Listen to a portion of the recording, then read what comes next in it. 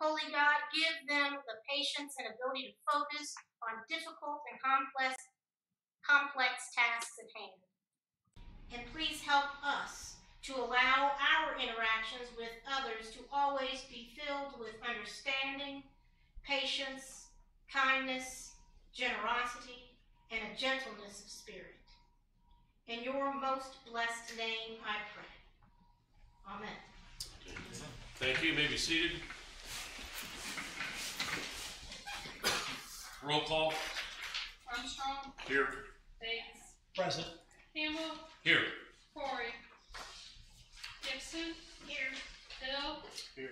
Hopper. Here. Lexi. Here. We do have a quorum. All of you should have received copies of the minutes from our last regular meeting on August the 6th. Do you have a motion? So moved. Motion by Mr. Bates, second. Second. Second by Mr. Lexi. Any additions, deletions, or corrections? Seeing a roll call on the minutes. Armstrong. Aye. Bates. Aye. Campbell. Aye. Gibson. Aye. Bill. Aye. Hopper. Aye. Lexi. Aye. Minutes are approved on a vote 7-0. This time, we have set aside in the agenda time for members of the audience to address the council regarding business that concerns the city of Greenwood. I believe we'll start. We have a staff member that would like to address the council. So if Daniel, Mr. Johnston, if you would step forward, please. Thank you, Mr. President. Daniel Johnston, city engineer. What I wanted to bring to you this evening real quick is there's a unique one-time funding program through INDOT. This is called the Local Tracks Rail Overpass Program. That'll provide grants to cities, towns, and counties for grade separation, crossing closures, and other safety enhancements and other safety enhancement projects at rail highway intersections on local roads. So it's an opportunity to improve safety and mobility. Excuse me. City of Greenwood, we have a number at-grade crossings within our boundaries.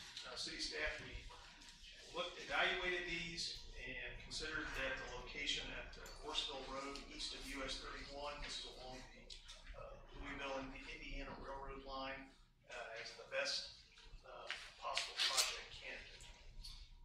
So my request to you is to request the council to approve a motion from the council president to sign a letter of support for that particular location to be the city's project that will be included as an applicant for this program. There's only about $125 million in funds from INDOT. There are certainly a lot of railroad crossings all around the state, so there's some competition. This particular line actually, in the terms of ranking of a high use, medium use, low use, this is actually even lower than that under a light use category. So I hope we'll certainly put our best foot forward to improve that for the next crossing there. When you say light use, is it light use of the road or I'm sorry. Light use of the rail. Okay. Yes. Now, my understanding was that we were going to get significantly heavier use of the rail. That's correct. I don't think it'll be enough to bump it up into the next category. I believe this rating is done by the state. Is that correct? Yes. Mr. President, I'd like to make that motion. Okay, we have a motion by Ms. Gibson. Do I have a second? Second. Second, Mr. Bates. Any discussion on the motion for me to sign this letter on behalf of the council? Seeing none, all in favor say aye. Aye. All opposed? All right. Thank you very much. All right, anyone else from the audience wishing to address the council, please step forward to the podium. State your name and address for the record, please. Alex Meadows, 1676 Tuscany Drive. Honorable council members, thank you for this opportunity to discuss with you today. You will see in the minutes a presentation on Ordinance 1819. This may be the first time that you have seen this ordinance, and you would be in good company because this is also the first day that the neighbors in our village, in the Tuscany Village Association, have heard about this ordinance. This may be submitted to you as the will of the people. However, that cannot be the case, as we have not had a meeting of the people in the Tuscany Village for almost 9 months now. At that most recent village meeting, we wished to depose the current board, but we're not able to do so. So I pray thee then, please, to strike down this ordinance or to postpone it until such time as we can have our due election in the neighborhood to have a new board. Thank you. All right, just for the record, there is an ordinance on tonight about this. The process works. Tonight is introduction. There'll be no votes tonight. The ordinance will be introduced, presentations will be made, questions can be asked by the council during that time. At our next meeting, which will be 2 weeks, well, a little over 2 weeks from tonight, it'll be first reading, so it'll come up again and we will have a chance to vote on it. If it passes first reading, it will come back then at the third meeting and have a second reading, and then we'd have a final vote on it that night. So just so you know, that's how the process works. So. Mr. President, I'd like to know if there's other people here in the audience that are here on that, because I've gotten several emails. Yeah, the way, I'll ask that in just a second, but since there seem to be several here, if you're here on a particular topic, which is this particular ordinance, we do have a 20-minute time limit for the whole topic, those for and those against. So if you could respect that, we would appreciate it. So how many here are in agreement with the gentleman who just spoke and are opposed to this ordinance? Okay, and how many are here in favor of that ordinance? All right, there's still some time to speak, so if anybody else would wish to speak, we would ask you not all say the same thing, but if you could bring up different points, that'd be great. And always, please state your name and address for the record, please. Yes, sir. My name is Chris Barnes. My address is 1294 Tuscany Drive. I too am here tonight speaking on the proposal for the ordinance 1819. We've had several issues in the community. I think the board itself has put together the proposal and submitted it for your guys' review. However, they have passed that as the community's opinion, and none of us have seen anything in regards to this until today, whenever it came out in our community letter. That's why we're all here tonight. The case that we are trying to bring forward is the fact that the board itself has had several acts of litigation based on our good faith rules and bylaws of our community, which have put members of the community, in financial despair and other things. Whereas some of the violations are very minor infractions. It's caused legal costs to the board, to the community itself, and everybody involved. This, to me, seems like just another case to bring forward to give another act or another rule that has to be enforced. We've had law enforcement called out on numerous occasions to the community, whereas they could be doing other things that are a lot more productive for the community itself, the larger community. So for me, I'm not in favor of this proposal. I don't agree with the fact that, as they put it, that it increases the criminal activity or anything else. We have family members that come, some folks with the driveways and things like that, they stay overnight. They have to park on the street in order to have enough sufficient parking to do that. So it seems like another rule that would go against that and would try to be enforced, even on good standing and just having the family members come holiday time and things like that. So I am too opposed to the ordinance. All right, I do have a quick question for you. You mentioned that the board had been involved in several acts of litigation. Is that where they are being sued, or somebody's suing them, or they're suing someone, or? So the community itself is in litigation with members of the community for infractions of the association bylaws. All right. And again, some of those are pending and ongoing, but again, it could be considered very minor infractions of the. Okay, well, thank you. Yep. All right, anyone else wishing to address the council at this time? Yes.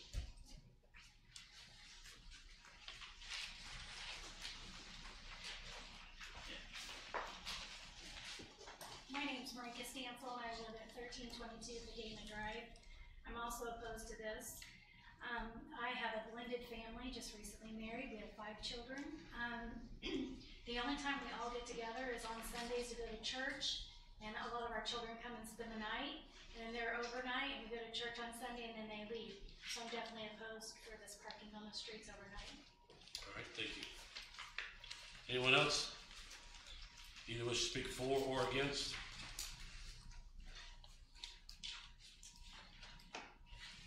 All right, then we'll move on. Is there anyone else wishing to address the council on any other issue at this point? Mr. Marmaduke.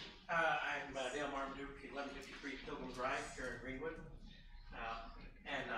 It really is kind of scary to have the city enforce private homeowner association rules.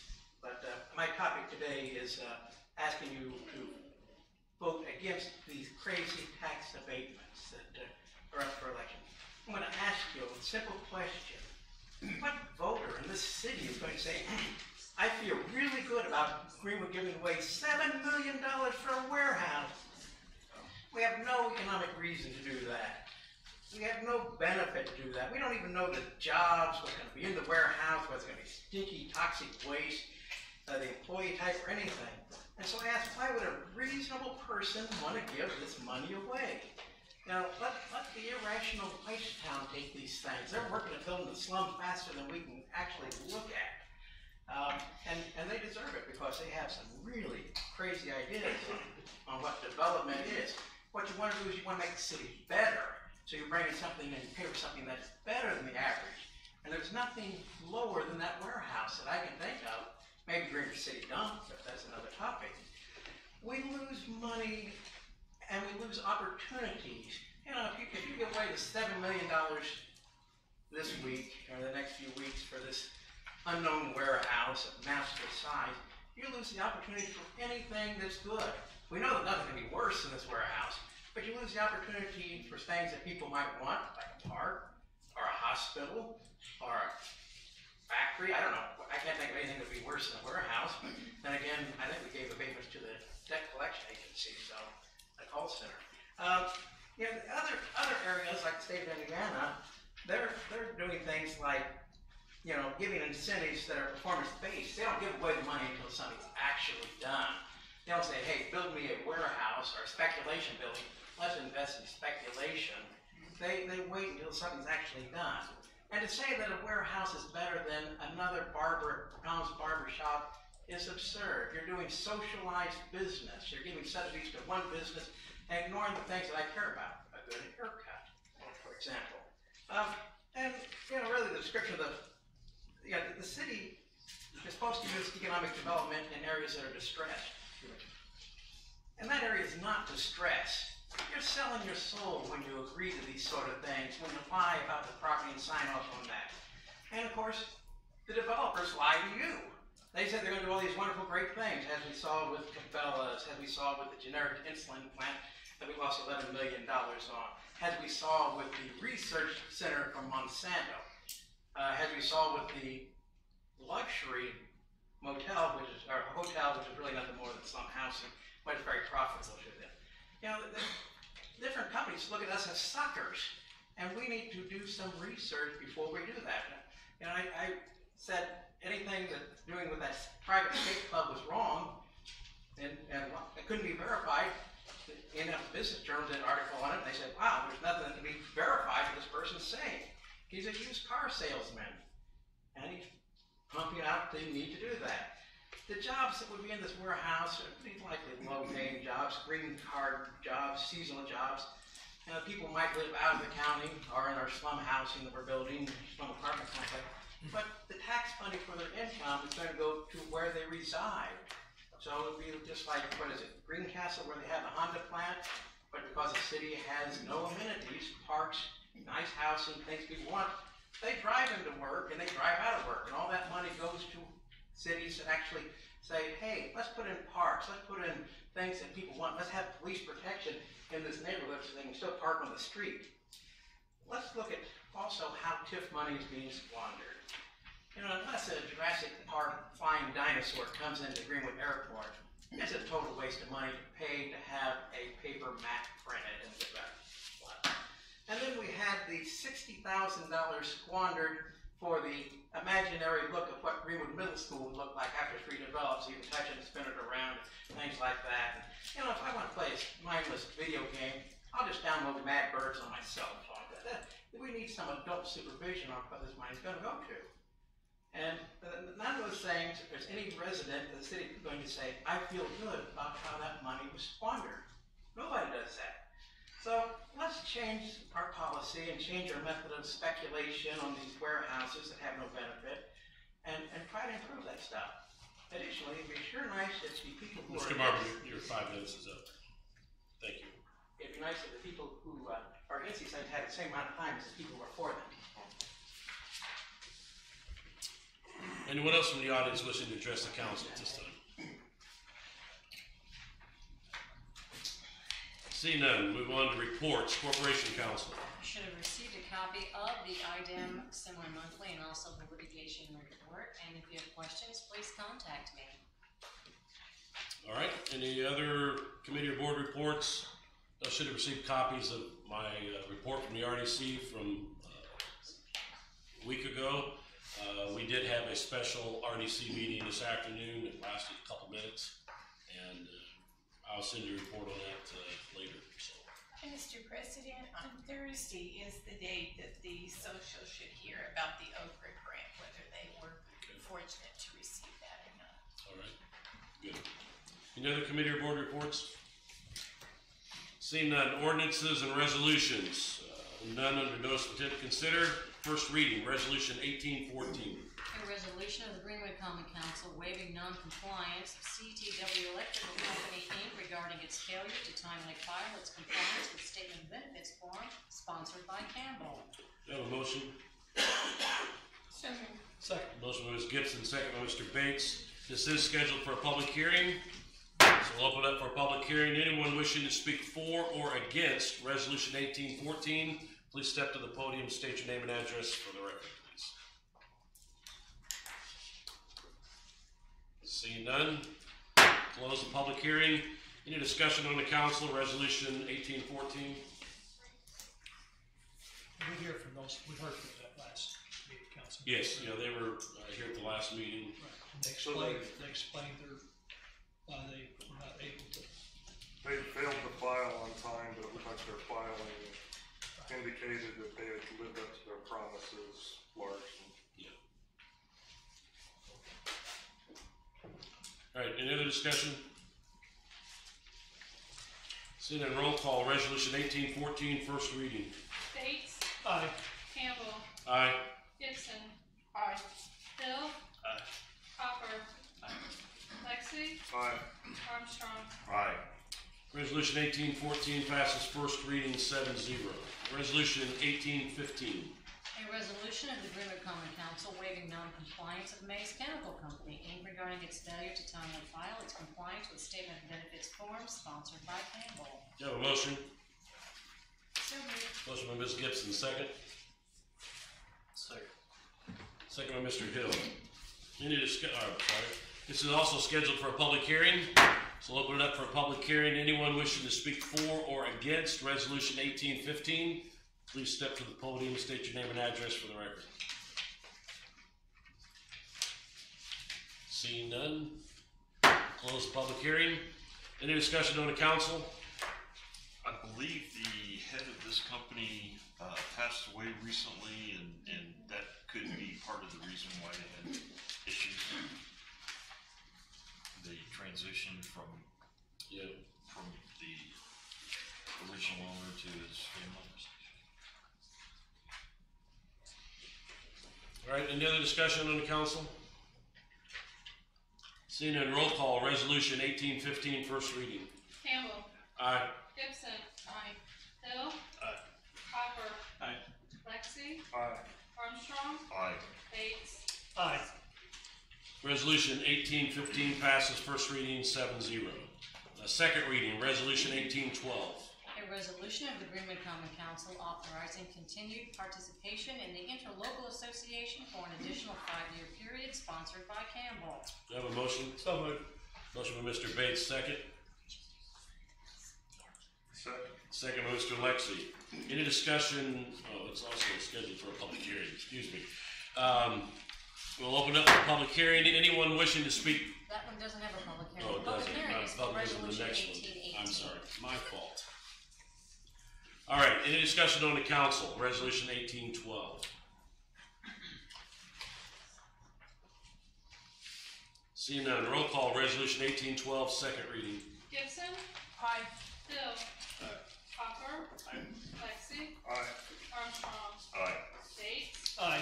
Campbell. Aye. Resolution 1812 passes second reading 7-0. Resolution 1818. A resolution confirming resolution 1813, the declaration of a certain area within the city of Greenwood an economic revitalization area and qualifying certain real property improvements for property tax abatement and setting the time and place for public hearing. Beers Partners LLC, sponsored by Campbell. Do I have a motion? So moved. Motion Mr. Bates, second. Second. Second by Mr. Lexi. This one is scheduled for a public hearing. Open up for a public hearing. This is a confirmatory resolution, confirming resolution 1813. So if there's anyone wishing to speak for or against, please step to the podium, state your name and address for the record. Seeing none, we'll close the public hearing. Any discussion on the council, resolution 1818? Seeing none, roll call, resolution 1818, second reading. Hill. Aye. Hopper. Aye. Lexi. Aye. Armstrong. Nay. Bates. Aye. Campbell. Aye. Gibson. Aye. Resolution 1818 passes second reading 6-1. New business, introduction of new ordinances and resolutions, resolution 1819. Ordinance number 1819, an ordinance amending chapter 2, article 6, section 238 of the Greenwood Municipal Code 1993, designating no parking between 12 a.m. and 6 a.m. overnight on all streets in Tuscany Village subdivision, sponsored by Hopper. Sir? Good evening, council members. First, can I address the last comment about the annual meeting? I'm sorry, state your name and address for the My record. name is Dan Swidden, 1213 Luca Drive in Tuscany Village. And I'm the HOA president, and Alan Coppinger is our secretary. I just want to address the last two comments that was made about the annual meeting. There's some things that the homeowners didn't know about the litigation. Yes, we were in litigation with two individuals. The city cited one of the individuals. The court ruled in favor of the association, so that litigation is over with. We have one more that's pending, and right now that homeowner has delayed giving a deposition upon our legal counsel. They said to continue the annual meeting until deposition is made by that homeowner. At this present time, we try to get as much information to the homeowners regarding our litigation and what it's for. However, according to legal, we shouldn't discuss any of the details until the deposition is made. And we're under a protective order that we all signed from the board, that we can't discuss any confidential information that the homeowner says is confidential. So I just wanted to address that, and it's something that we had 9 meetings. I'm sorry, but last do you have year. something concerning resolution I'll do 1819? that right now. Dear council members, the Tuscany Village Board of Directors at this time is requesting from the City Council to institute a city ordinance that will help with safety and vandalism in Tuscany Village, and to reinforce our community's declaration of covenants, conditions, and restrictions that are in place under Article 4, use restrictions, and Section R, vehicle parking, that states no overnight street parking.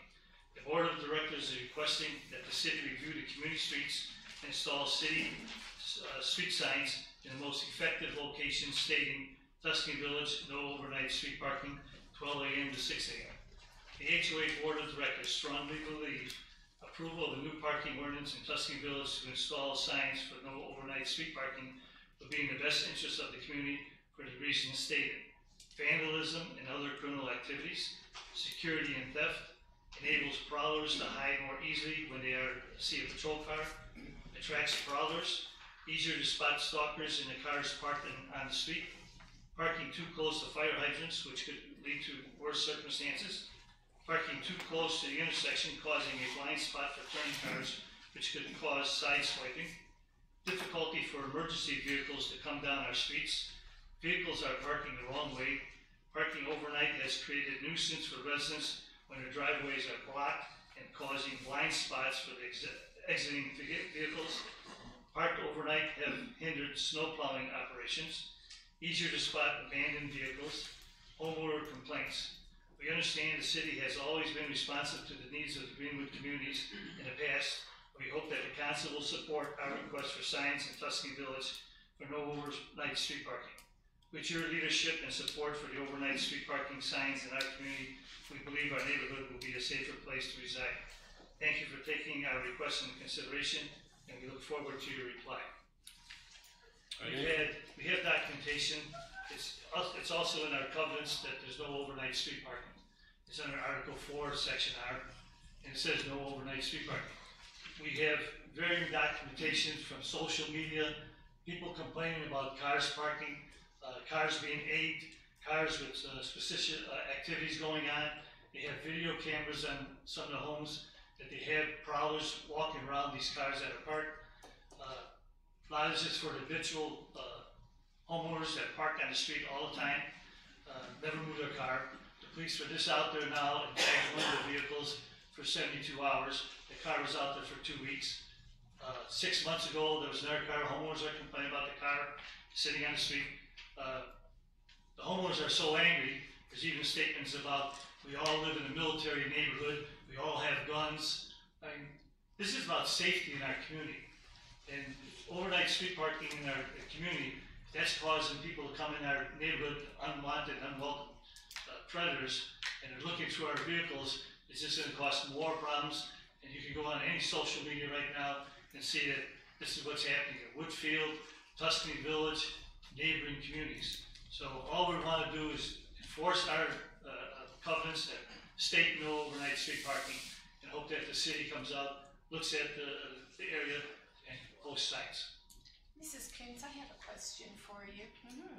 It sounds as though they're wanting us to enforce their HOA restrictions, and that's not really our right, correct? Correct, the city does not enforce private covenants. The request is to make it a city ordinance that mirrors their covenants, so therefore we would be enforcing them by city ordinance. So it's sort of a roundabout way to get the public tax funding through the police department to actually enforce what might be considered private covenants.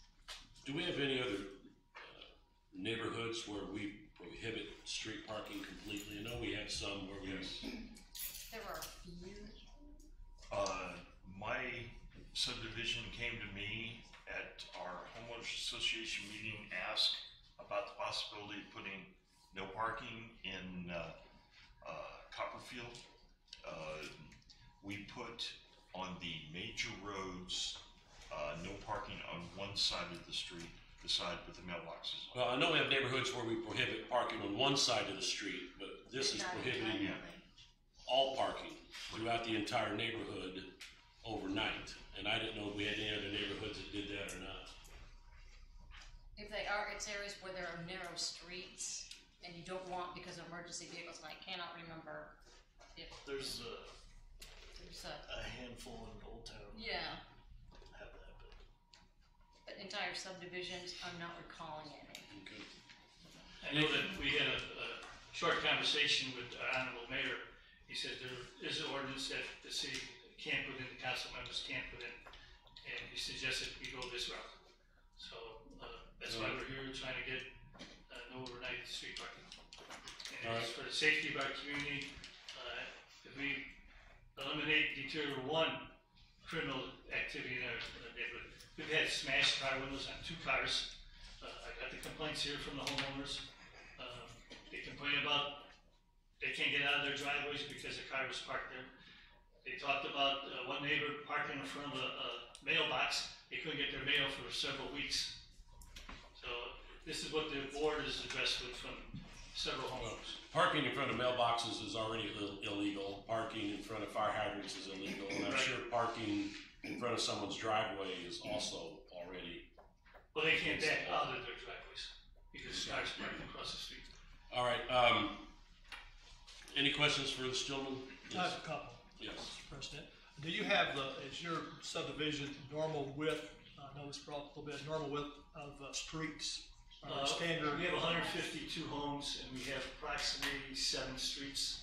And what I'm saying is what's the width of your streets? Are they normal? Oh, yes. Width of your streets? Your houses in question, do they have double garage or 2-car garage? They have long driveways. All of them have double garage. Some have 3-car garages and they still park on the street. Okay, but so there would be plenty of room in a normal situation to park in the garage or in their driveway. Right. Okay. That's 2 questions I have. All right, any other questions? Is this proposal coming from your board only? Yes. Yes. I guess for me to look at something like this, I need to see a majority or some kind of. There's you need to see numbers of how many people are in favor of this. Well, we sent out letters to them. They received their letters today. We put this on our website. I'm sorry, please. We put this on our website about no overnight street parking. It's been a problem for 2 years now. Here's one homeowner, like the sailor says, "Hi neighbors, someone decided to throw a good-sized rock through the back of my windshield. My stepson's car last night." There was another homeowner who had the same problem. There's another one, wow, so many crimes involving cars in the neighborhood lately. I asked my team to ask other teams in the neighborhood about it. You don't have to. I have a question. These people who had rocks thrown through their windows, were they parked on the street? Yes. Are they here tonight asking you to ban them from parking on the street so they won't get rocks thrown through their windows? They're not here. They're not present. Okay. There's one homeowner here though that's present. Wrong home to be walking around. These folks don't realize how many military live in this neighborhood that are equipped with weapons.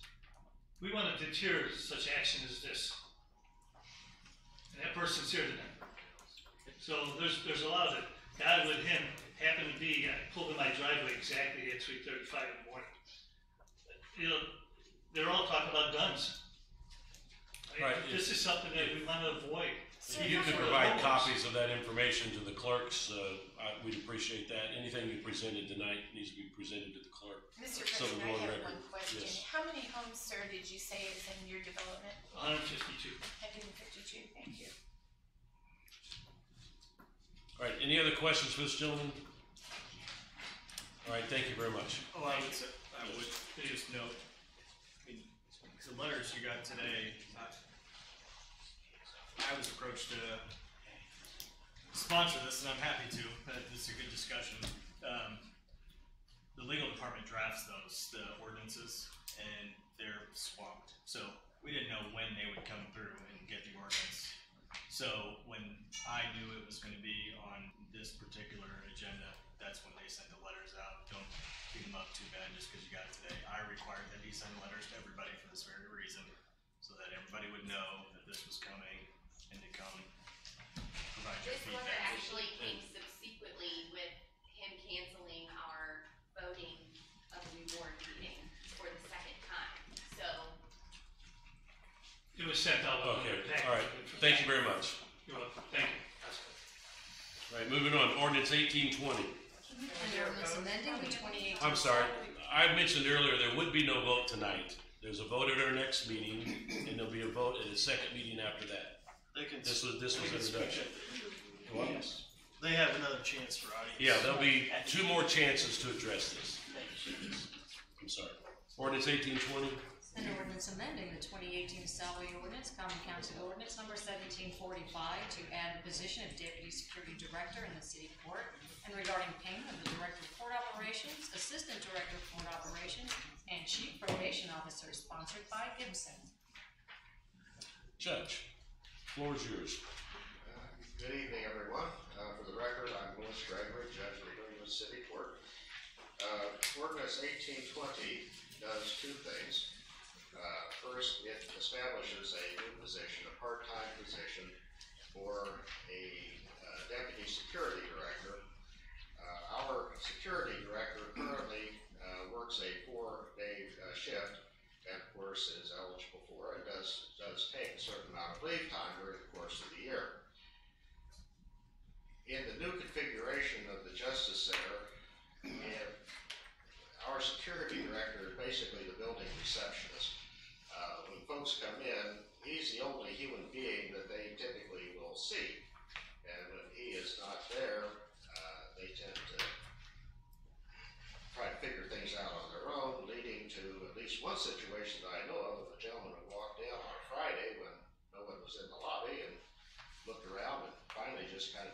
is anybody here. So we really need a presence in the building lobby when our security director is off. Secondly, the security director does a number of things that are quite important for the operation of the court and probation department. That individual screens everyone going into the courtroom. He serves arrest warrants, takes people into custody, which happens every single day. Assists when probationers discover that perhaps they're not going to be leaving out of the same door they came in, and sometimes get kind of irritated about that. Just is kind of the jack of all trades for us. So we're asking that we establish a position as a fill-in, so that we will always have someone in the lobby and be able to assist with difficult customers. The second part of this is the second part of something that I presented to you last year, and you enacted, and that is to compensate our exempt employees for the additional time and work that they put in during the move. Last year it was the move from the Justice Center into temporary housing, and this year is the move back. I'm asking for a little bit less this year because, quite honestly, the move back was easier than the move out. We were moving back into a building where much of the furniture was already there. It does tend to make things a bit easier.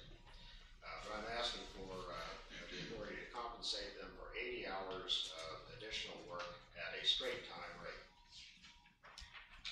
Also, because of the assistant security director and the degree, pardon me, a little under the weather this week, degree of urgency with that position, I'm asking that if you're favorable to the concept, perhaps suspending rules and moving it through first reading. I'd be willing to try to answer any questions you might have. Any questions for the judge?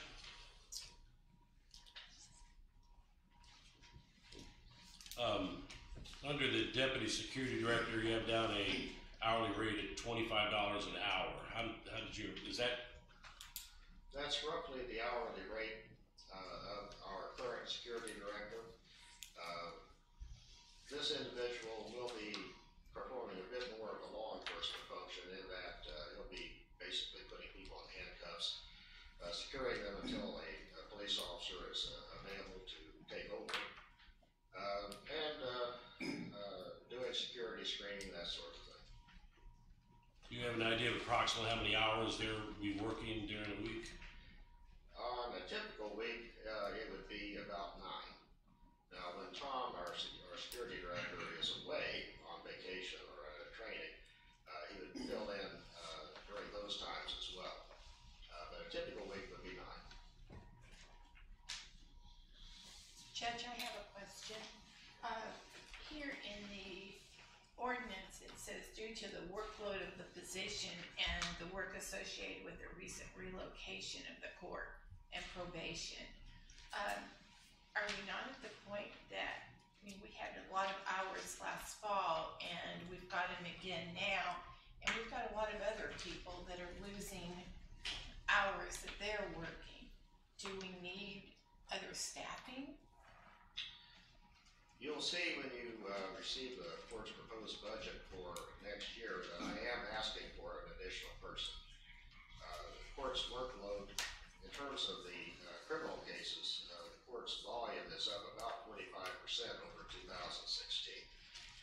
It comes from a variety of factors, but nonetheless, last year we had about 2,300 misdemeanors. The year before we had about 1,600.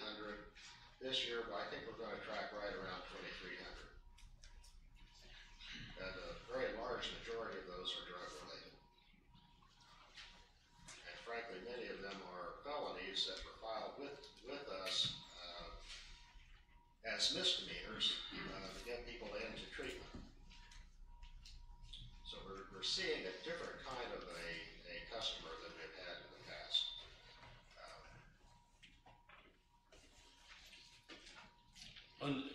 50 hours that you're asking them to be paid for, were those all hours that were directly associated with the move? Well, frankly, I don't know. The people that we're talking about, the person that has the least number of accumulated comp hours is somewhere around 170 at this point. The highest number is, I think, 423. 423 hours for this year? For this year, year to date.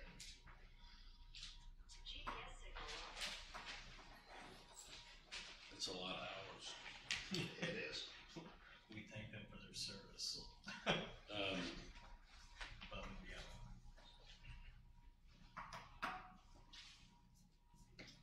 All right, any questions for the judge? All right, which ones did you want suspended through first reading? This one as well as 1821. 1820, I make a motion on 1820 to suspend the rules through first reading. We have a motion by Mr. Hopper to suspend the rules through first reading on ordinance 1820. Do you have a second? Second. Second by Mr. Bates. Any discussion on suspension? Will this reduce the number of hours that police will be used in the court system? So you're replacing a police officer with a... No. At this point, we are not using police officers for routine court operations. When we have someone being arrested, the security officer, security director, takes that person into custody and then summons a regular police officer to take them down to the jail. All right, any further discussion on suspension? I have a question here, Mr. President. I'm just trying to see where that money's coming from. Which part of the ordinance are we talking about? On the 80 hours of time, I mean, that's really, that It would be equates. general fund money, but I'm not asking for an additional appropriation. That's money that's already been appropriated to the court. We had a position that we were unable to fill for several months, and so there's basically an excess accumulation of appropriation. And if you had filled that position, would that have had an impact on these hours? It would have had an impact on whether I was coming to you tonight, because in order to fund the request, I have to ask for an appropriation out of the general fund. Now, I guess in my mind, that's somewhat different than asking you to allow me to spend money already appropriated to the court.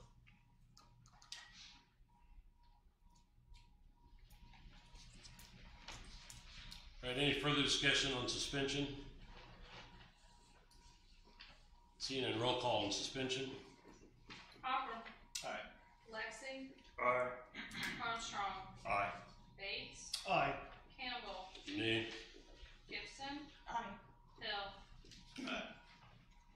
Rules are suspended through first reading and vote of 6-1. I have a motion for first reading, ordinance 1820. Sure.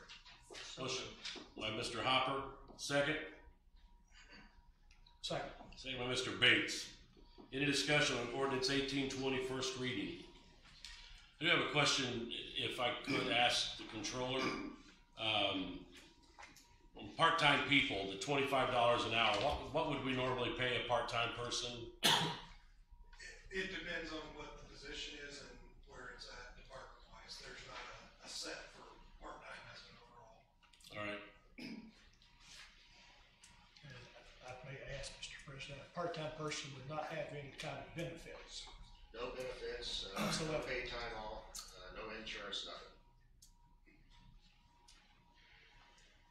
All right, any further discussion on ordinance 1820?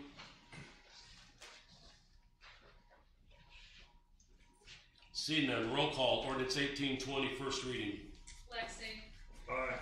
Armstrong. Aye. Bates. Aye. Campbell. Nay. Gibson. Nay. Hill. Aye. Hopper. Aye. Ordinance 1820 passes first reading, vote of 5-2. All right, ordinance 1821. An ordinance providing for additional appropriations from the general fund to budget classifications 111 $5,000 and 338 $11,000 in the city court budget, and from the adult probation fund to the adult probation budget 111 $5,000, sponsored by Gibson. Judge? 1821 provides in the first appropriation the funding for the deputy security officer we've been talking about. The $11,000 out of the adult probation fund is covering the additional cost of a felony case manager. This is kind of a complicated thing. I'll try to cover it as quickly as I can. The Department of Corrections provides funding for two positions that we use in our probation department. I can give you the history of that, but basically starting in 2016, they're providing $48,000 for one position and $48,000 for a second position. The second position is the felony case manager. This is a dedicated employee who handles felony cases and typically are referred to the recovery court from the county. The incumbent in that position, well, I should take a step back. The money goes to the county, that $48,000. The county then hires and pays a person who is then assigned to Greenwood. The county then pays the benefits package for that individual. That is a system that I agreed to in 2016 and has not worked quite as well as I might have hoped. So we are changing it beginning July the 1st of 2019 so that the money comes through the county and then to the city, and we will have a city employee for that purpose. The person who was in that position left the position in June. The county has agreed that we will select the person to fill the position, and that individual, the position itself and whoever is in it, is subject to the state's probation officer salary requirements. The state mandates certain minimum salaries. The minimum salary for the person we have selected is about $58,000. So there is a difference between the $48,000 that the Department of Corrections is providing and the $58,000 that we need to pay. For the next 9 or 10 months, that person is going to be paid by Johnson County. And so we need to send the difference to Johnson County. They'll still pay the benefits package. The DOC pays the first $48,000, and we'll need to get $11,000 into the county to make up the difference. Beginning in July of next year, all of this will be handled internally. We've been doing it now with one position, our Veterans Court case manager, since 2016. That has gone smoothly and quite well, I think. So that's probably about as clear as mud, but if you have questions, I'll try to stumble my way through an answer. Judge, I do have a question. What kind of cases are the felony cases? I didn't realize that we had any of those. We have cases from the county which are typically possession of heroin, possession of methamphetamine. Sometimes there'll be a theft case that's related to drug possession. We do not accept crimes of violence in recovery court, so they cannot be blood crimes where someone has been injured. They can't be sex crimes. They have to be essentially what's called incorrectly victimless crimes. Now I would go on to say that we get the same kind of cases for the most part in our misdemeanor filings in our city court. The prosecutor often files a possession of heroin, which would be a level 6 felony, as a class A misdemeanor, possession of a controlled substance. And we probably get several hundred of those a year. But you think this will flow smoother the way that it's getting realigned? I think when we try to centralize things under really one set of rules and one manager, it's probably going to work out better. It states here that the Department of Corrections provides $48,000 a year for a case manager position, but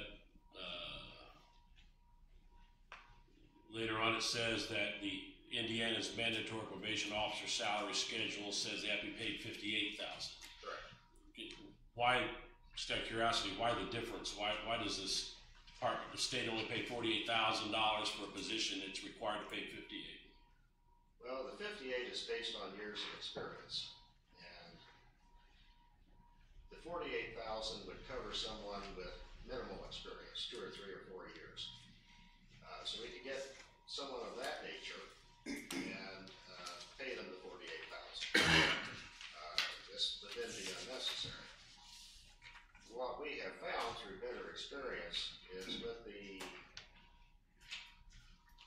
serious drug offenders, we need someone maybe that has a little more seasoning, a little more training, a little more experience.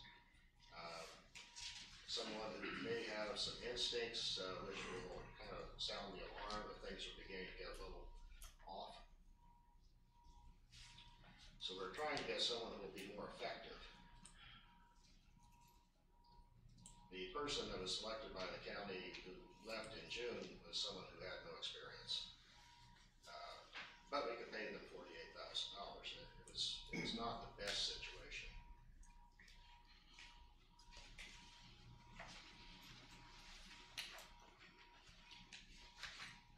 This also states that the controller has determined that the adult probation fund has sufficient balance to fund this additional appropriation. So the money's already there. This will not come out of the city's general fund budget? Not at all. The adult probation fund right now is healthier than it's ever been. Last time I checked, we were at $375,000 as our unobligated portion of that fund. And this the total additional appropriation is $21,000. So the full $21,000. Did I read that right? 11,000 going out of adult probation. The 5,000 for the security position, I think, is out of the general fund. You have the 338 debt service for the lease purchase payments on the video conferencing Oh, that's also. correct. That had been combined into this I ordinance. completely forgot about that, Shauna. Thank you. Yeah, the third part of it is that we have a construction cost. I apologize, I overlooked that. As part of the renovation of the building, we put in a new video conferencing system, and we need $11,000 to cover the lease payments through the end of the year. My apologies. So that $11,000 is for those lease payments? Yes, sir. Is part of that shared with the police department then? Does the police department pay, is that something for both of you or? I don't believe so.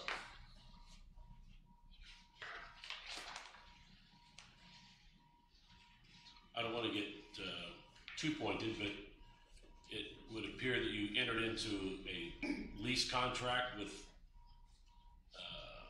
sufficient funds to cover that. Is that correct? Well, yes, that would be a correct statement. I would be happy to give you a bit of explanation because it does sound questionable. We were presented, the initial contract that we had with our audiovisual company did not require this. In April of this year, we discovered that the product that they were selling us would not work. It would not meet the state's rules for operating a video conferencing system. We had to then buy a more expensive product. At that point, I approached the finance department about the authority to. We had some money elsewhere in the budget to move it over. We needed to make a very quick decision on this because the building was completed in May. The finance department did not particularly want to do that,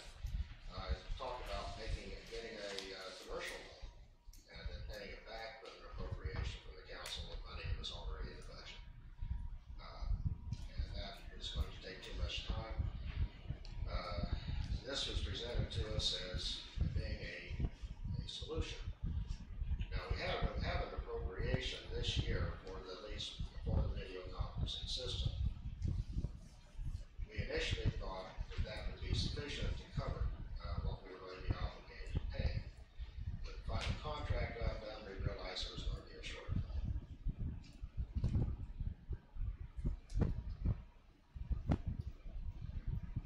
So there's, just to be clear, there's a $5,000 for the city court for personal services and $5,000 for adult probation for personnel services, personal services, and $11,000 for debt service.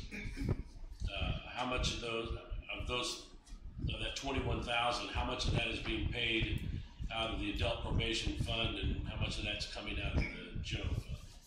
11,000 out of adult probation, and I believe 16,000 out of general fund. I think there's 11, and 5. Okay.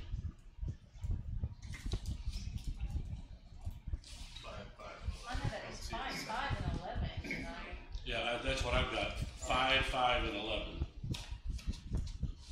So the 11,000 is coming out of the general fund. You're correct. And 5 for the personnel services for the courts coming out of general fund. Now, who does that cover? Is that the 11,000 is for the felony case manager. That's the adult probation. The 5 coming out for the lease payment would be general fund. The ordinance says that. I've got myself confused. As I said, I'm just a tad bit ill this week.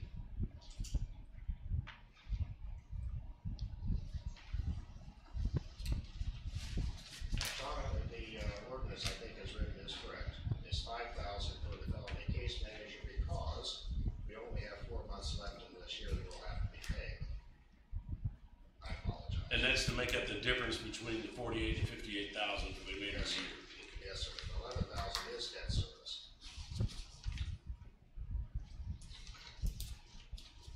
And that 16,000 comes out of general fund, and the 5,000 for adult probation comes out of the adult probation fund. Yes, sir.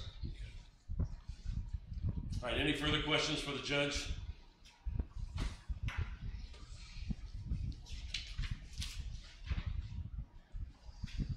I'll move to suspend the rules, I guess. We have a motion by Mr. Hopper to suspend the rules through first reading. Do I have a second? Second. Second by Mr. Bates. Any discussion on suspension? Seeing none, roll call on suspension of ordinance 1821 through first reading. Armstrong. Aye. Bates. Aye. Campbell. Nay. Gibson.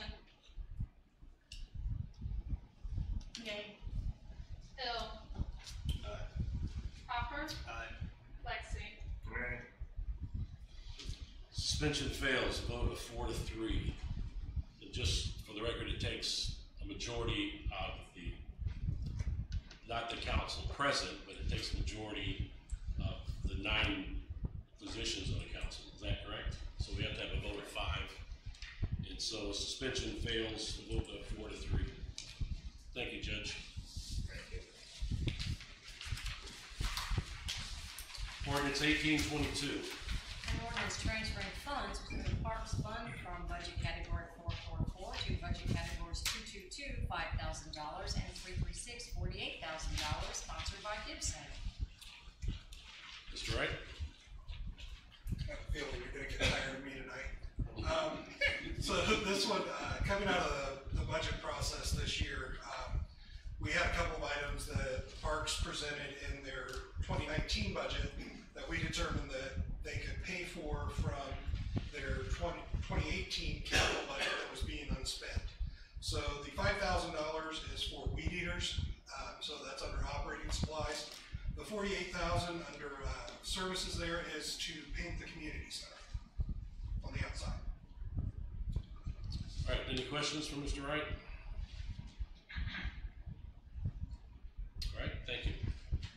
Resolution 1819. A resolution of the Greenwood Common Council expressing interest in the purchase of certain real property on Hutzinger Road, sponsored by Bates. You again? Me again.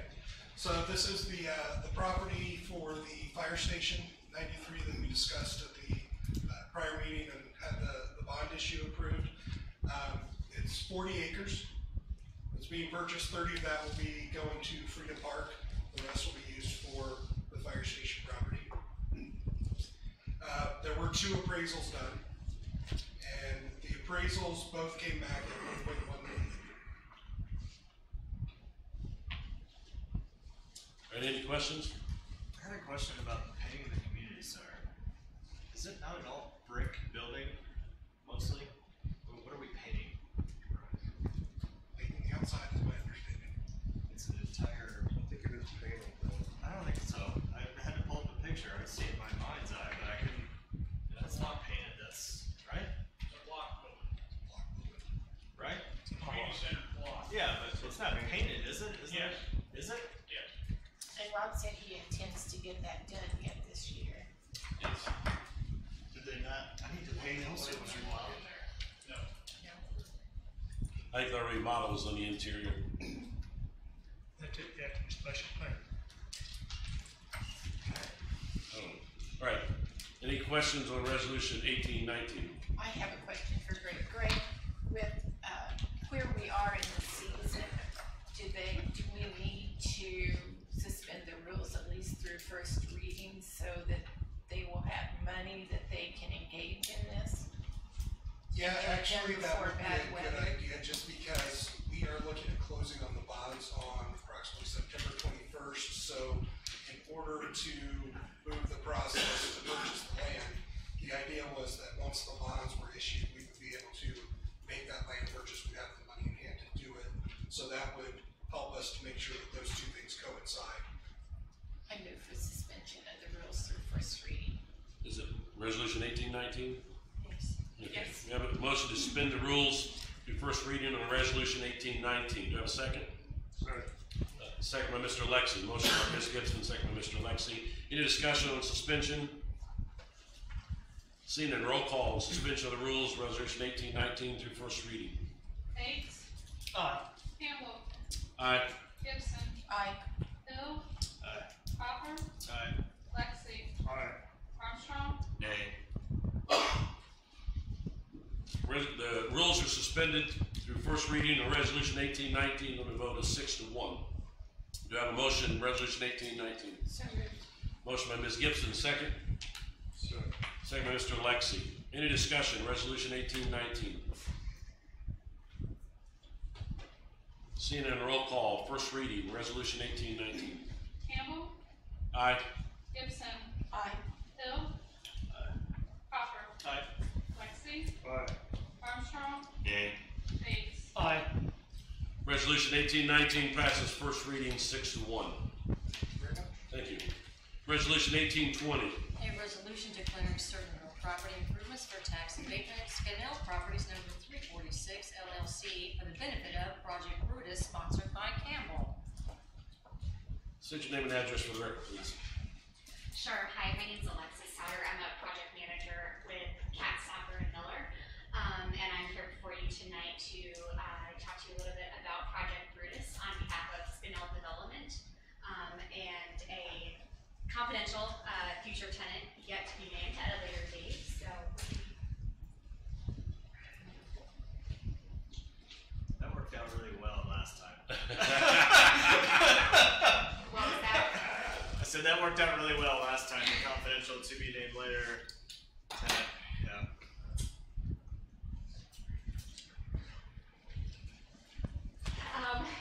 As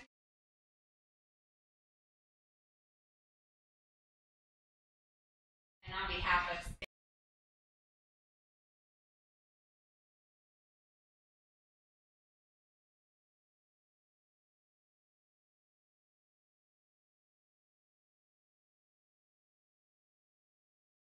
as soon as we can, upfront in a project. We know that it's a very important part for you all to have that information for you to consider to determine, you know, if you guys will approve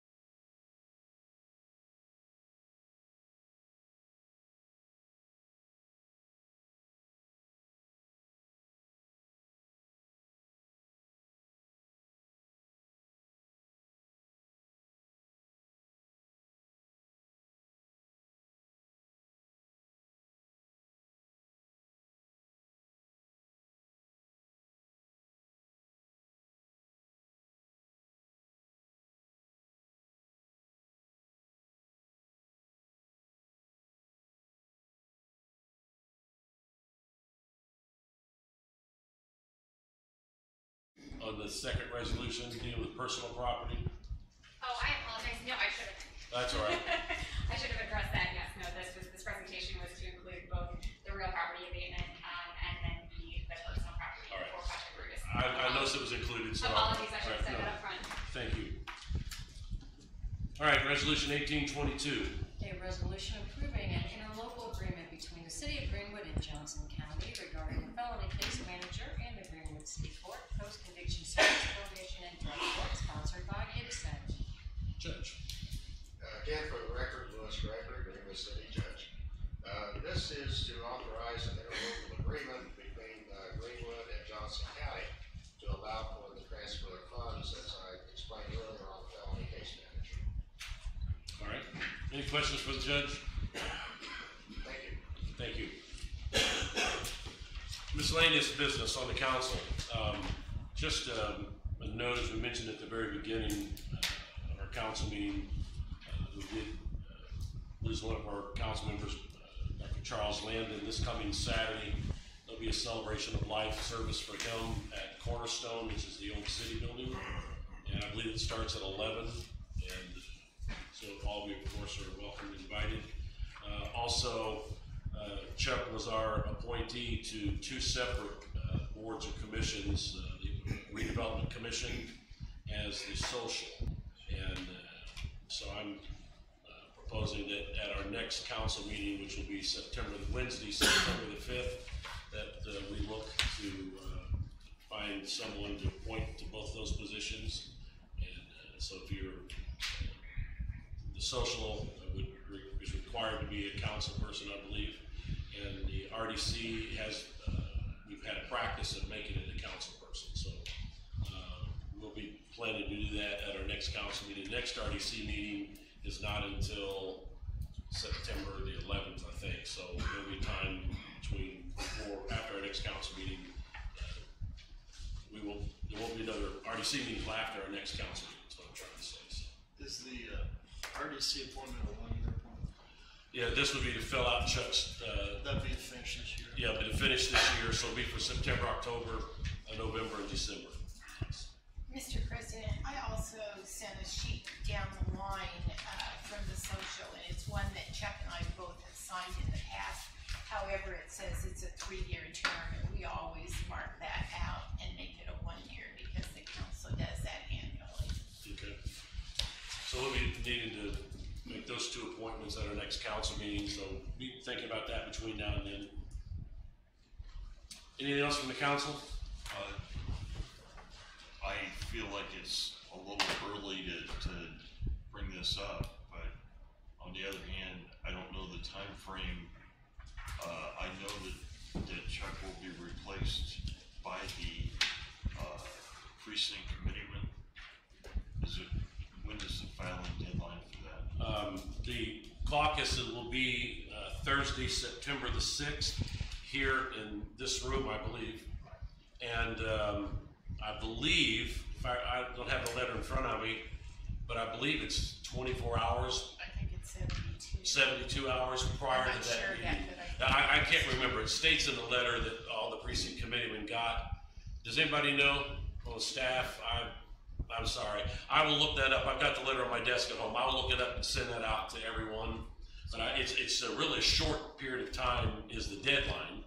I think it's got to be done within 30 days of the vacancy. Yeah, well, I'm told that if you're interested, putting your name in, and that has to be done in writing to the county chairman, who's Beth Boyce.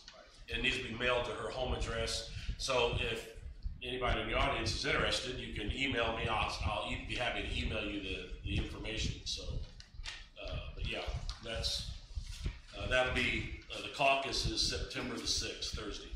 I believe it's 7 o'clock. So.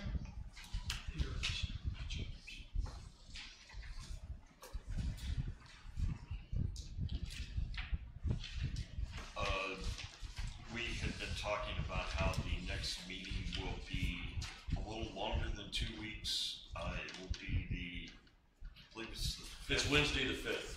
Yeah. Yeah. And it's because we do not meet on Labor Day. Right.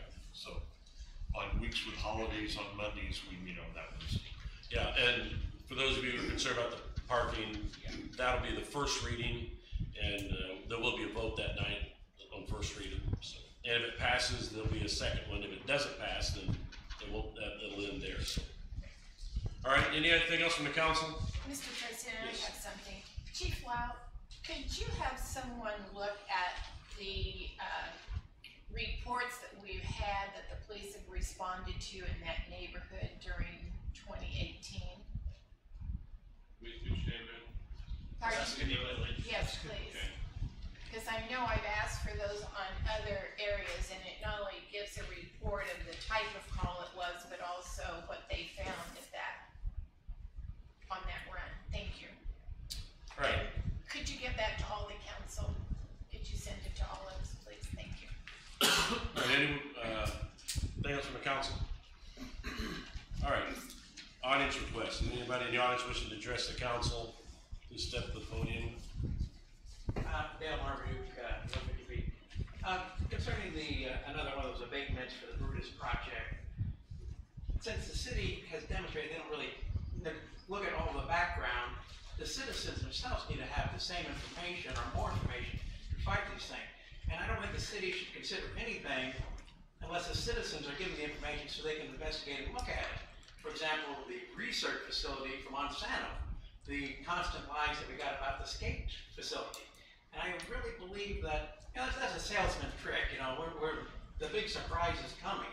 And it doesn't give the citizens a chance to fight that stuff. So I hope that we delay everything involved in there so that the citizens can investigate and report and see if this is really a good fit for the city, or another salesman's pitch to push something through really quickly before we can say, hey, wait a minute.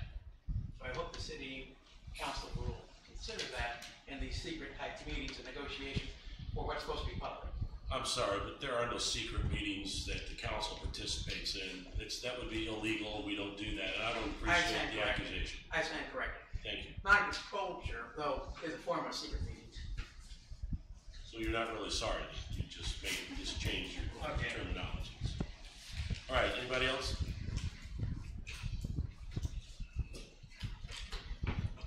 Good evening, Alex Meadows again from Tuscany Village. Just to address some of the points that Dan brought up earlier, he claims to care quite a lot about safety, and that may be true, but I think the records that you've requested will show that in the past several years, he calls the police hundreds of times per year to come to the neighborhood, to the homes of his fellow neighbors in the neighborhood. And I think that is bringing the police away from places where they could be doing more good in the community over these frivolous concerns.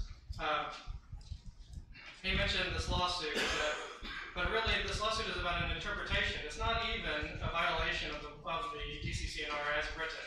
It's an interpretation of the board that says that uniformity requires that nobody have blue light bulbs on their porch to support the police. So how is that also supporting safety in our neighborhood by not allowing the neighbors to show their support for our officers who put themselves in harm's way all the time? Councilman Hopper, you mentioned in one of your emails to our peers in the neighborhood that you wanted the letter to come out in time for all of us to receive word and be able to come to this meeting. I haven't even been home yet to see that letter. It's in my mailbox, I assume. I came directly from work. I would not have known about this issue had not I talked to neighbors in the neighborhood during my work day. So as the board also noticed, of the 12 points that Dan brought up, 7 of them are already illegal. Why do we need more legislation to cover something that's already covered? 5 of them are unsubstantiated opinions. As far as interpretations of the DCCNR go, Dan wants the ability to enforce what he cannot enforce now because of the laughable interpretations that he makes. Such things as sending out violations over kiddie pools, saying that these are above ground pools. I don't know how he can do that when I think the ARC, the Review Committee for Architecture, would have to approve them before they put up those pools in that case. Maybe he needs another law on that. As far as the social media contacts go, the gentleman whose car was broken into that he mentioned opposes this law as well. He's one of the members of the neighborhood, more than 60%, who signed a petition to try to remove this board in December.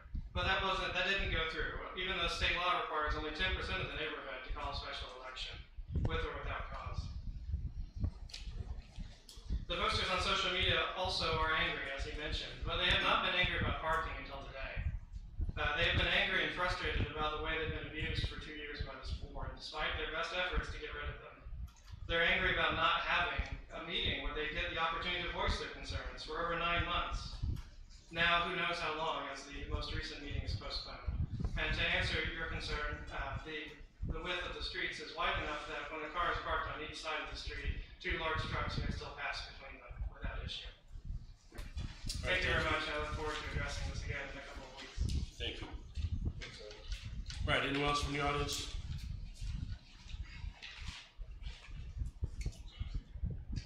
Good evening, council members. Randy Good, 1157 Central Park Boulevard, South Greenwood, Indiana, 46143. I want to speak on behalf of Resolution 1820 and 1821 regarding these tax abatements. The amount of taxable income that will be generated versus what we are writing on is vast difference, especially when you base it on $14.65 an hour. When we already have other facilities that are posting jobs paying $18 an hour that cannot fill these positions. They're asking for a 10-year abatement for not only the building, but for the equipment. Most leases that are written for anything that is IT related usually allow for a 3 to 5 year period before you can take the write-off on depreciation. When you consider this, I will hope you take that into consideration. On the personal property, if you do pass this, I would ask that you back that down from 10 to no more than 5 years. Let them take the write-off on depreciation. They haven't told us that they're going to lease or buy the equipment. They can walk away from this deal making quite a bit of money just on tax relief form. I don't think it's fair to take advantage of you. I don't think it's fair to take advantage of me in the interest of a job that I would consider subpar because it's partially skilled. These are not fully skilled positions. And again, I made this statement before, no disrespect, but as a citizen, I do not want to see myself or other citizens dumb down to positions that are partially skilled or no skilled labor jobs. We need better than this. We deserve better than this. Thank you. Thank you. Anyone else from the audience wishing to address the council at this time? Seeing none, moving on. Other miscellaneous business, Corporation Council. I have none. I think we're done. Controller. Mr. President, can we not have a 5-minute break? Yes, we are going to take a 5-minute break. It's now 8:30, and we'll adjourn. We'll reconvene at 8:35.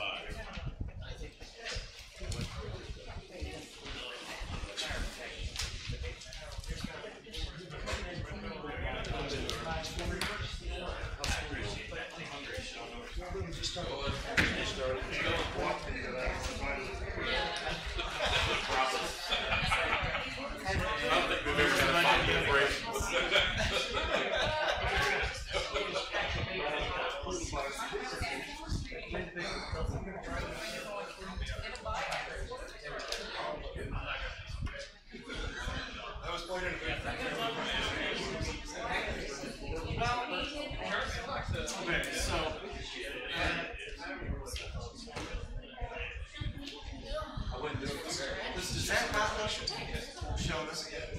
Does that just not look like brown cinder block?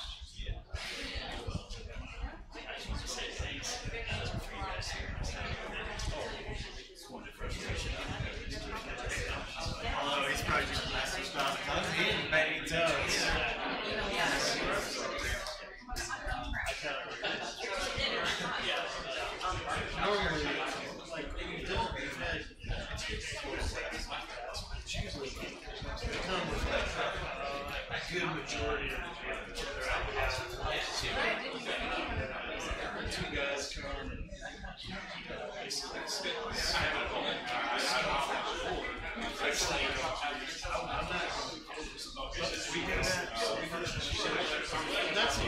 you have to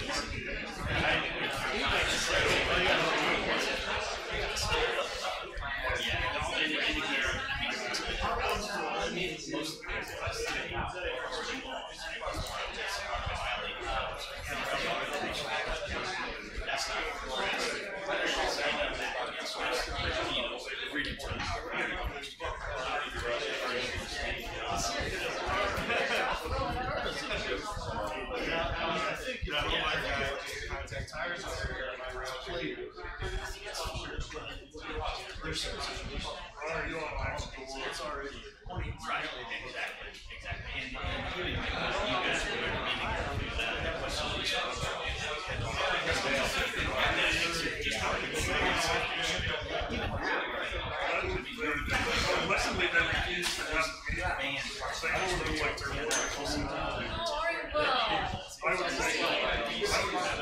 I would say bring the lawyer in here. Well, it's great.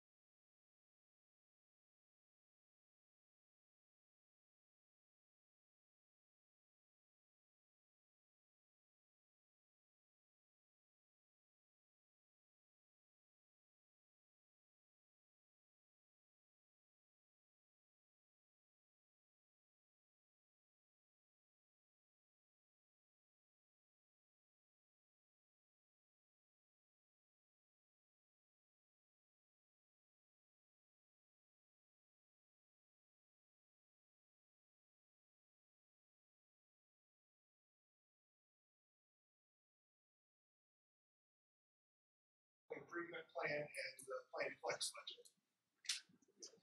September 17th is the first reading and public hearing, and then October 1st, the second reading and adoption. October 3rd is the gateway submission deadline. We get 2 days to get it submitted from adoption. And then November 1st is the last day that the budget can be adopted statutorily. So our overview here of the approach is that we want to empower our department heads through priority-based budgeting. We want them to look at what are the things they're trying to accomplish and then try to funnel as much of their funding towards those things. We wanted to integrate it with our capital investment plan. We update this every week. On Thursday, we have a city meeting that we go through every single capital item as far as the projects. So we tried to make sure that we have all of the latest information built in there. One of the big goals was to increase our public safety staffing levels, both on police and fire. We wanted to provide a cost of living adjustment for the staff, as well as leverage our fund balances incrementally and responsibly.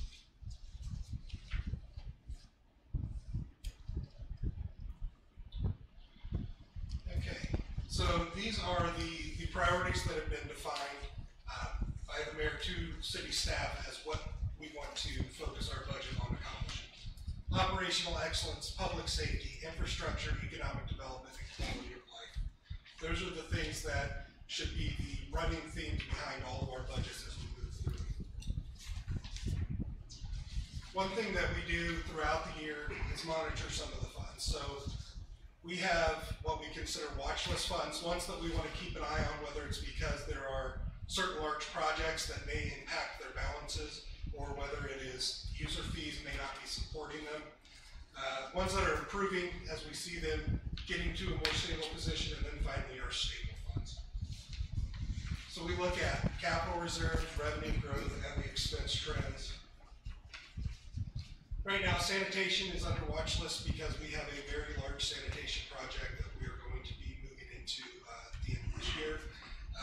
So we're going to need to keep an eye on our balances with that so that we can make sure that we can fund it. Waste management, going through the budget process, it looks like they're pretty tight with their fee structure versus their expenses, so we're just trying to keep an eye on those, making sure that they still support themselves. And the fire fund, because they are on a smaller tax base than the rest of our funds, which I assume everybody's familiar with that situation, they have a smaller levy available to them. So that does impact the ability to fund the fire services. Right now, we are running pretty close to right on revenue. The big concern with that one is if we want to make Station 95 happen, we're going to have to find more revenues to get there. So that's going to be one thing that, as we go through the next year or two, I'll be working with the mayor, with Adam Stone as a consultant, trying to find some options to bring to this council for increasing revenues with fire service. And approving probation, the judge mentioned that the probation balances are the best they've been since he's been here. Rainy day, we haven't spent a dime on a rainy day in the last year. We're not planning to spend one in the next year, so it's sitting in a CD and growing. Aviation fund, my understanding is when the city took over out at the airport, things were not in great shape financially. As we go through this, you'll see they've got a pretty solid budget. They're doing very well, especially on fuel sales. And then our general fund, capital funds, NVH, Parks and Rec, police pension, stormwater, all of those funds are showing very solid reserves. Their revenues are keeping up with their expense trends, so we're fairly confident that those funds are in no danger. This is a look at our net assessed value. The certified net assessed values from the county came out, and for 2019, certified net assessed value for the overall city is $2,493,703,197. That's a 7.07% increase over last year's. For the fire fund, their tax base will be $1,970,699,159. That's a 7.15% increase in that area. So you can see we've had some very significant growth in our assessed value this year. As long as we don't have a lot of appeals, we should stay pretty close to that number when they certify the actual budget overall. Which the reason that's important is the tax rates. So this year, the tax rate for the city was 0.6620. That was for people who are within Greenwood and also pay for Greenwood Fire. They pay all of those. Right now, based on the current assessment, I am estimating that our rate for next year will be somewhere around 0.656. So it will be going down because we did get significant growth. That will also help us with our circuit breakers, which will be a very nice thing for us going forward. Speaking of tax cap impact, you can see our 2019 estimate actually is fairly large. The reason is, in order to estimate that, we look at it as a percentage of our overall levy. Right now, we lose about 8% of our levy to circuit breaker tax caps. That's just within 2018. So when we estimate 19, we use that 8% of 19's levy. Once the tax bills are calculated, we'll get a real number from the county, and I expect that should go down because of the growth in the assessed values. This pie chart just kind of breaks out how we're allocating our resources. You can see that the biggest part, 38.15%, is going to public safety. That's pretty much normal for every city in town. It's always going to be the biggest part of your budget. General government, 17.61%. That's this building here for the most part, and administering all of the services that we have. And then beyond that, you can see the next biggest one is actually the health insurance. And as we go through, I'm going to talk a little bit more about the health insurance and how that's trending. So for year over year, this is just a comparison as percentage of budget. So you can see the green, the public safety has always been our biggest piece. It actually contracted a little in 2017, but it's growing back again in 18 and 19. In 17, you can see that as a percent of government, or percent of the budget, the general government grew. It's now contracting. So we're taking more from administration costs, putting it into public safety. So this is just a year-over-year summary by each area of what we fund. So you can see we've seen some pretty good growth, especially from 2017 in the public safety area. General government, we've actually made some efficiencies. Road and street, we're increasing that one as a percent of our overall budget moving through. Parks and rec, that's another big function of the government. Health insurance, capital funds, debt service. I'll let you guys look at each of those, but you can see how we're trending for each type of spend. So some of our highlights as we go through tonight and the budget presentation on the 5th. We were able to add 3 new firefighters and 3 new patrolmen in the police department to this budget. Those are additional full-time positions. We did put in a cost of living increase for both full-timers and part-timers. We were able to add 2 new street department laborers, an engineer's position in the community development, position at the city court. I think the judge talked about that being added in. 1 new position in probation. That's that person that we're going to be taking over responsibility for from the county in the second half of next year. Another position in parks, that's in the maintenance side of the parks. So you can see for 2018, our total FTEs, full-time equivalents, was 263. This new budget, we intend to take it up to 277, with the majority of that change being public safety and road and street.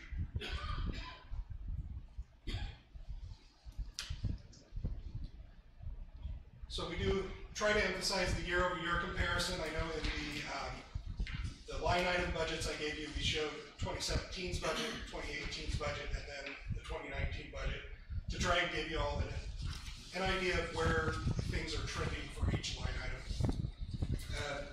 Priority-based capital improvement integration.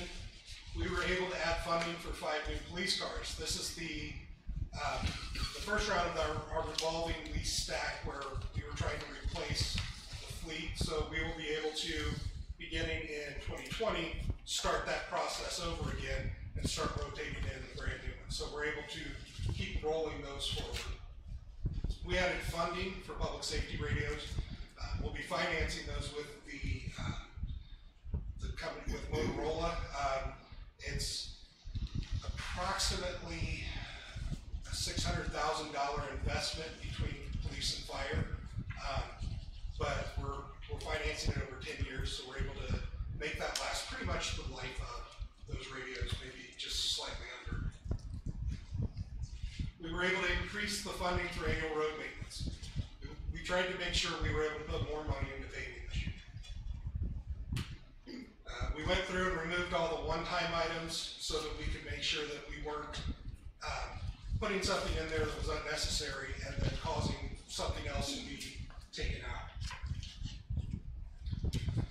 So this is a comparison of our revenue projection, $36,548,561, versus our budget estimate, our spending estimate, $36,479,884. So structurally, we are considered to be in balance because we have more receipts projected than we project to spend out. And in fact, the budget estimate, I would say it's based on the highest allowable amount for positions. So some positions, the people are not at the highest pay rate yet, and so there will actually be some additional savings within that number. So I'd like to get into the individual departments here. I want to provide a high-level overview of the key changes. Most of the stuff that's in there, we tried to keep most of the operating costs flatlined as much as possible. If they went up, it was because of trends that were going on or salary increases, which was the cost of living increase. We do have some department heads here to answer questions if there are specifics. My intent as I go through the budget summaries here, I'll try to take a pause at the end of each department, give you all a chance to ask any questions you may have. If I don't see any, I'll start moving on. If you need me to stop, just let me know. As I said, we did show the year-over-year changes in there. So this is tonight's schedule. Anyway, police department is our first. The chief did propose 3 new patrolmen, $100 increase in step pay for lieutenants and sergeants. That's more of a incentive for some of the patrolmen to try and go towards those higher ranks. A slight increase to part-time building security position, $40,000 for new SWAT team bulletproof vests, and the lease payments that I talked about for 5 new police cars. And that's actually being paid for out of capital funds rather than the general fund, which from my perspective, we want to reserve the general as much for operating costs as possible. That's the reason we have things like Q capital development and Q capital improvement. We want to use that for capital. So comparison-wise, you can see personal services is up 8.39%, supplies are up 15%, services and charges are down slightly, and then you can see budgeted FTEs, that's the full-time equivalents, adding those 3 new people is a 4% increase in the number of employees in the police department.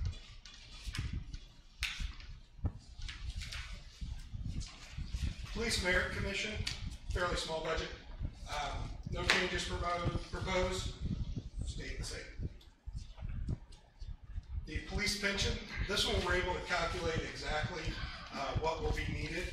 So the retiree benefits for 2019, $437,580. We did have one retiree this year that that participated in the DROP program, deferred retirement option, and so that was a big chunk of the 2018 budget for police pension. So you'll see it's actually coming down. Death benefits are $12,000. We actually were able to remove a $10,000 line in there for first year on the pension, because with Mr. Dine's retirement, there are no other police officers who qualify for the 19 pension plan. So now everyone is under the state's 1977 plan. So you can see that budget actually did come down 17% based on the actual need. For the debt service funds, go through these fairly quickly. We have our park bond, $157,555. That's a property tax back bond. Is that the swimming pool? From 2015, maybe. I'm not exactly certain what it was used for. Community center. Community center bond. Okay. The 2015 fire bond is an equipment bond. $160,414 this year. 2012 general obligation bond, another property tax back bond, $414,353 in payments this year. This is the Justice Center lease rental bond, $388,000 in lease rental payments. That's also property tax back. And finally, the 2017 local income tax bonds, obviously backed by local income taxes, $328,106. You will see the lease rental for Fire Station 93 built into the QCAP Development Fund bond when we get to that on the 5th. Rainy day. Rainy day, we do not plan to spend anything. We want to use the capital funds to keep the rainy day fund intact, try to grow that, try to find options to move some money into that where we can. As we get to the end of 2018, if I see some areas where we may be able to move some money around, I will come to the council and ask to put some into rainy day. The redevelopment commission budget, changes were requested, it was approved at their June meeting. See that one pretty simple. The EDC with Mr. Cummings, we made some changes to their personal services line because it was being budgeted for 12 meetings rather than the 4 quarterly meetings they're doing. He did ask for an increase to their promotional services budget, basically $5,000 a quarter for the EDC to use in their budget, and they approved that in July. And you can see this is what that looks like, taking their budget basically from $19,850 to $21,875. It's not a huge change. I have a question on that one. On what you sent us, it says they're increasing the promotional services from 4,000 to 20,000. And the reason I ask, I mean, I don't know that I have a problem with that, but that's a $16,000 increase, and the budget's only going up, a couple thousand. So I think that their overall promotional budget last year was $15,500. But what they did was move a lot of their line items that were in services and charges that they weren't using and tried to put as much of that into the promotional as they could. And then they asked for the increase to get to 20 for the difference. Okay. All right, but it just seemed. Yeah, I think that 4 may have been what they were getting quarterly in years past, but we're into 5 now. Okay. In this budget at least. With the airport here, we did add a part-time position out of the airport. It's going to be on the maintenance side of things to help break out over there. We have a planned local match for another AIP project out at the airport for a taxiway. And then we did remove a one-time funding item off of there. Did find an error on this one that will be changed for next meeting. That $100,000 in capital outlay shouldn't be there. So their actual budget, really the only changes they have, 9.85% in the salaries, and then their capital will be 0. That actually should be tied back to a parks budget. Human resources budget. We do have a position for an HR director on the budget, but it's unfunded currently because there's no one in that position currently. We had a slight increase to the part-time. As Lisa is utilizing her part-time employees and teaching them more, she wants to be able to reward them for learning new things and taking on new duties. We did increase the budget for training and background checks. Those, I think, is mostly a cost trending with the vendor that we vendors we use. So you can see there, basically it's just salaries and then those services that we discussed. Finance department here. We did update the shared salary percentages. You'll see that in the salary ordinance that will be coming up on the 5th. We increased the professional budget for outside review, compliance costs, and training. A big part of that is being able to do our CAFR from year to year, making sure we can bring in the folks from Crow that help us out with making sure that we get that done and ready for the State Board of Accounts, and then also paying their costs. Did increase my training budget for staff.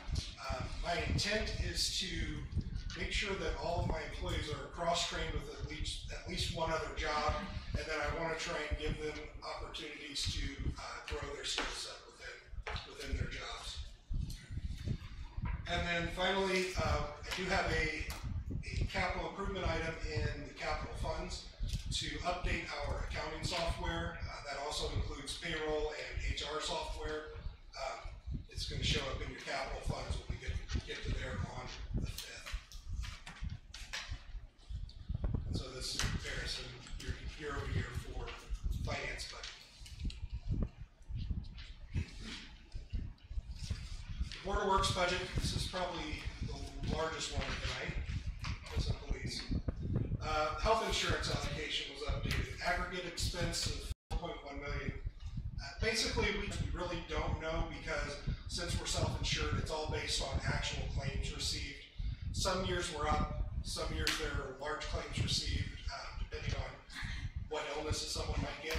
Some years we're down. We try to keep it funded to a level that no matter what happens, we can pay up to what our insurance with AMPA provides for as our maximum, and then they kick in and pay the difference. So this will make sure that we're funded.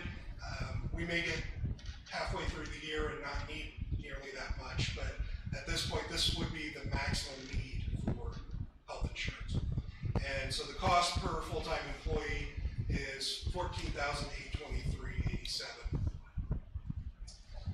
There's an increase for part-time receptionists and also for code enforcement.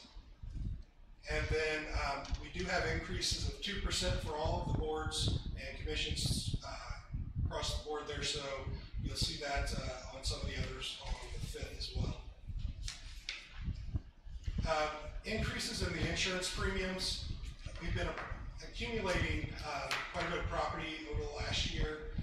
Every time we get a piece of property, we have to insure it. So our premiums are going up, so we know we need to build in an increase. And also under our additional services and charges, you'll see that we built in an increase of property taxes. Again, when we buy that property for that first year, we are responsible for the property tax. It becomes exempt after that, but for that first year, we do have to make a payment. So we need to make sure that we have enough coverage for that. This is a year-over-year comparison for Board of Works. Are there any questions on that one?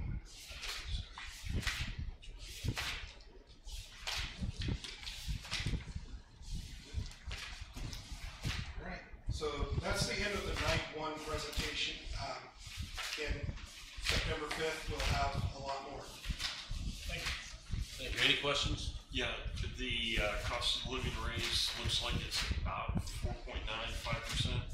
5% was the intended cost of living for full-time. We did 2% for part-time.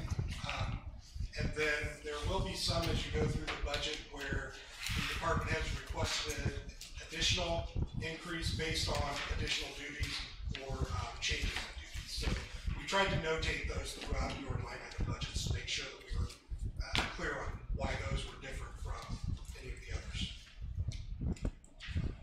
I think I recently read the state miscalculated county tax revenues, right? And I saw that Indianapolis, Marion County was going to be a $10 million hit. We know what ours is.